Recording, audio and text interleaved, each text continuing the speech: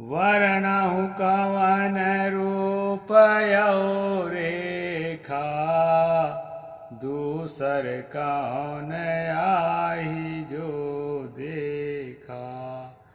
ओंकार आदि नहीं वेदा, ताकर कहु कवन कुल भेदा।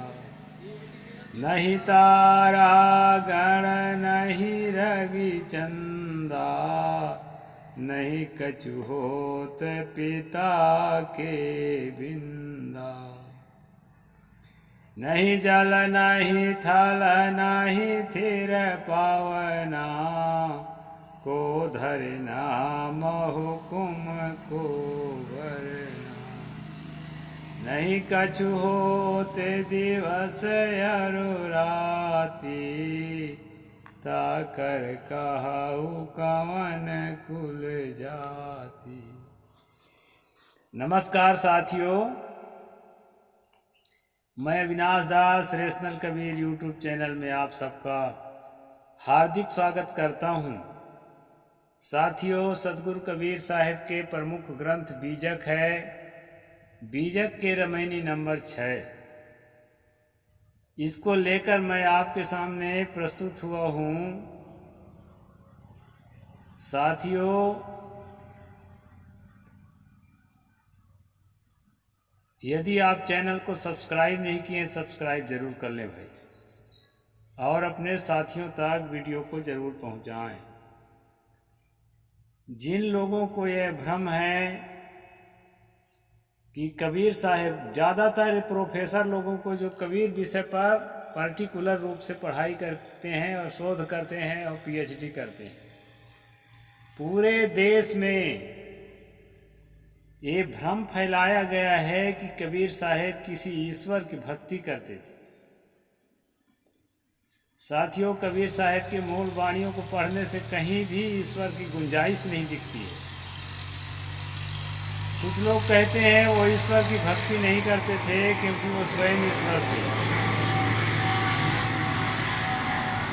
साथियों, यदि उनके विचारों को पढ़ेंगे तो ईश्वर होता ही नहीं है, फिर वो स्वयं अपने आप को ईश्वर कैसे कहेंगे। इन्हीं विचारों के आसपास आज की जो चौपाइयाँ हैं, आज की जो रामायणी के पंक्तियाँ हैं, इन्हीं विचारों के आसपास है दोस्तों। इसलिए मैं कबीर वाणी लेकर आया हूँ कि कबीर पंथी भी ईश्वर के दीवाने हैं। खासकर मधु परमहंस के चेला, रामपाल बाबा के चेला, और जो है चौका पद्धति के भी चेला, इन लोगों को ऐसा लगता है कि आकाश में कोई ईश्वर तो होता ही होगा। हमें भी लगता था, क्योंकि ये हमको जो है विरासत में मिला होता है। ईश्वर जो है हमें विरासत में मिला होता है, ईश्वर की कल्पना। इससे मुक्त होने के लिए दोस्तों, एक तो पढ़ाई बहुत जरूरी है, बहुत ही जरूरी है, और साथ साथ तर्कशीलता और जागृत मन जरूरी है। ये अगर चीज आपके पास है तो निश्चित रूप से आप कबीर साहिब को जान सकेंगे, अपने जीवन को जान सकेंगे, और प्रकृति के रहस्यों को जान सकेंगे, और ईश्वर की काल्पनिकता को भी जान सकेंगे। वैसे मैं एक पद, एक वानगी के तौर पर यहाँ दे रहा हूँ। बहुत सारे ऐसे पद आपको मिलेंगे जहाँ ईश्वर को सिरे से कबीर साहिब ने नकार दिया है। यहाँ पर कहा है दोस्तों, वर्णहु कौन रूप और रेखा, दूसर कौन आही जो देखा। एक जगह कबीर परिचय में एक साखी आया है, और वो है कि कबीर दुनिया ना रही तब रहा एक भगवान, जिन यह देखा नजर बर ठहरा कवन मकान। सतगुरु ने कहा कि यदि ये संसार नहीं था, संसार के शुरुआत ईश्वर के द्वारा किया गया, तो इस चीज को कौन आदमी देख रहा था?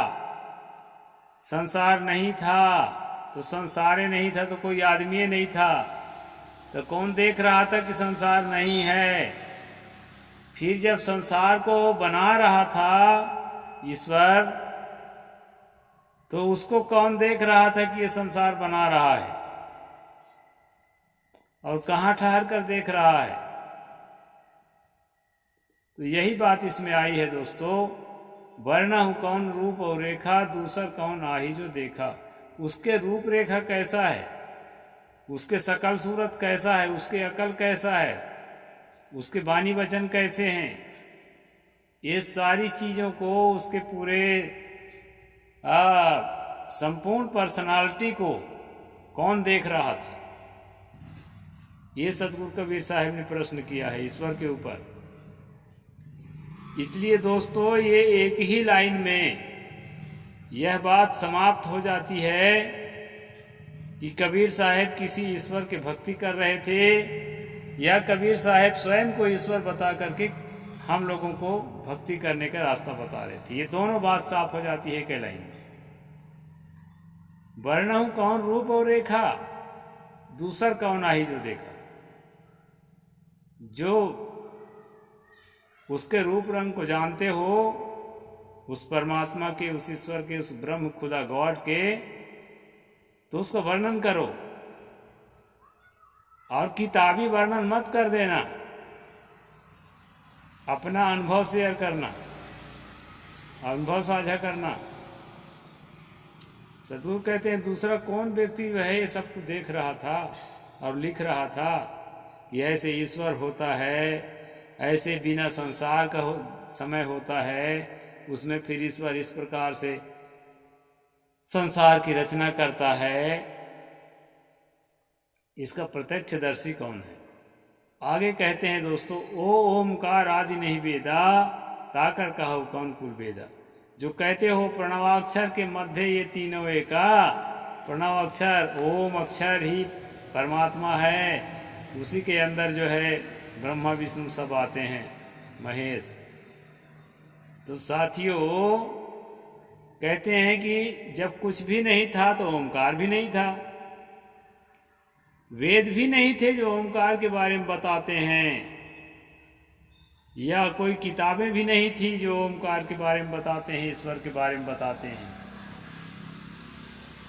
उस समय जो स्थिति है उसको कौन समझ रहा था? जो किताबों में लिखा है कि बिना समझे लिख दिया गया।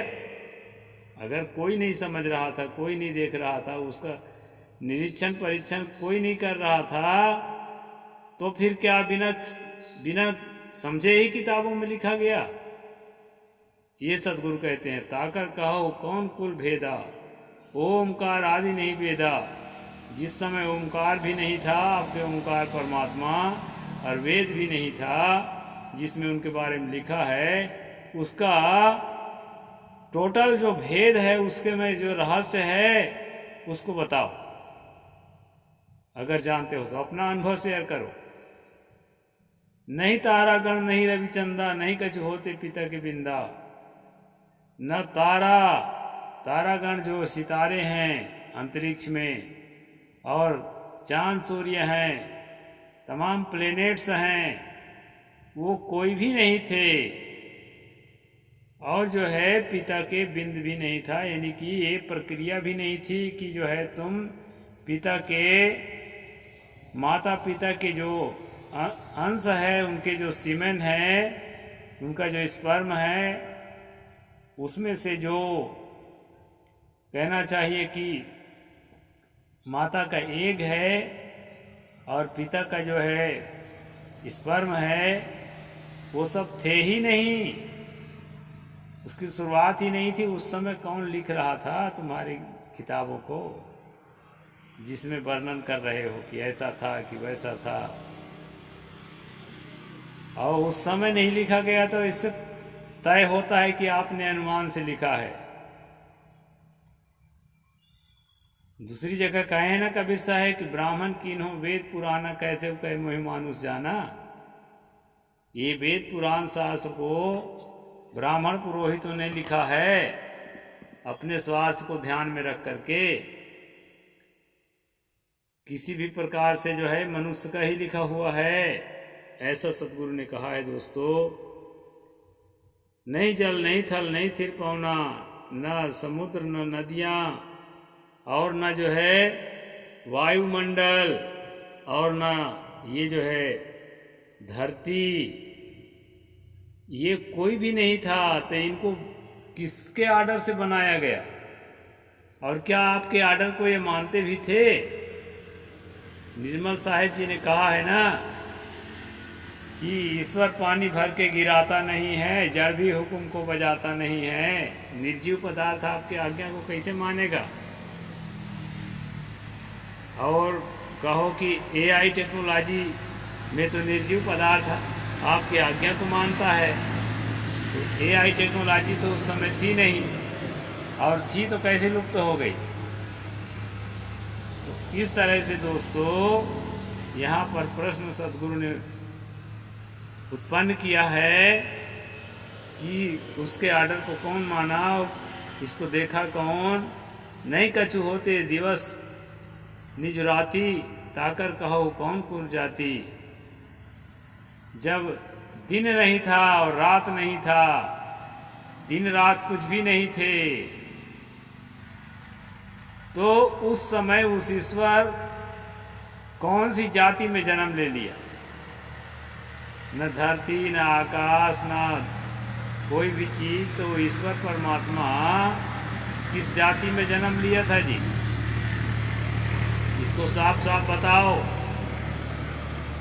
इस प्रकार से दोस्तों जातिवादियों को, ईश्वरवादियों को सतगुरु कबीर ललकार कर कहते हैं ईश्वर ऊश्वर कुछ नहीं होता है, स्वर्ग नरक कुछ नहीं होता है। प्रकृति के रहस्यों को समझो कि संसार का जो ओरिजिन है और इसका जो एवोल्यूशन है, इसको समझो। दादा देखो बिन हारा जस देखो तस करो बिचारा। निरंतर चीजें बनती और बिगड़ती हैं। ये बनने बिगड़ने की प्रक्रिया को समझो, तब विज्ञान के गहराई में जाओगे। इस प्रकार सतगुरु कबीर साहब उस समय जब विज्ञान जो है सोया हुआ था, उस समय पर वैज्ञानिक चेतना की बात कर रहे थे। दोस्तों यहाँ पर जो है एकदम साफ हो जाता है कि ईश्वर के सत्ता को सिरे से नकारने वाले सतगुरु कबीर, उनको ईश्वर का भगत बताना, अपनी मूर्खता को, अपनी अज्ञानता को और अपने जड़ बुद्धि को प्रकट करना है। और अगर उनको हम ईश्वर, उन्हीं को ईश्वर मानने शुरू कर दिए तो और मूर्खता है। जब ईश्वर के सत्ता को ही नकार रहे हैं तो वो कैसे खुद ईश्वर बन जाएंगे या किसी ईश्वर की भक्ति करने को आपको कहेंगे। इसलिए साथियों ये प्रकृति सदा से है और उसी प्रकृति के बीच में आप चेतना के रूप में आप भी उसी के हिस्से हैं। जैसे दूसरे एलिमेंट्स होते हैं वह उन्हीं में से एक एलिमेंट आप भी हो। इससे ज्यादा और आप कुछ भी नहीं हो सकते। और अपने को जानने के लिए संसार से मन को लौटा करके एक शांत अवस्था में, एक निर्वाण अवस्था में, एक सहज अवस्था में, एक दुखहीन अवस्था में अपने लाइफ को एंजॉय कर सकते हैं। सारे विकारों को त्याग कर, सारे दोष दुर्गुणों को त्याग कर आत्मस्थिति होकर के और जीवन के सहज सुख को प्राप्त कर सकते हैं। इसी को मोक्ष या मुक्ति सदगुरु कबीर साहब ने कहा है। दोस्तों अलग से किसी ईश्वर के या किसी लोक की प्राप्ति के बारे में उन्होंने आपको नहीं सुझाया है। इसलिए भ्रम अंधविश्वास को छोड़ करके आत्मनिष्ठ आत्मज्ञानी बने और जो है हर तरह के ईश्वर ब्रह्म साकार निराकार जितने भी चोचले हैं, जितने भी ढकोसले हैं, ये बदमाशों द्वारा, धार्मिक बदमाशों द्वारा आपके दिमाग में थोपे गए हैं, इन सब अंधेरे से, इन सब कुहासे से बाहर निकल करके और अपने विशुद्ध अवस्था को समझें और जीवन की वास्तविकता को समझ करके और मूल्यों में जीवन जीते हुए, मानवता में जीवन जीते हुए अपने मानव जीवन यात्रा को पूरा करें। साहेब बंदगी। जय जोहार, जय भीम, जय भारत, नमो बुद्धाय।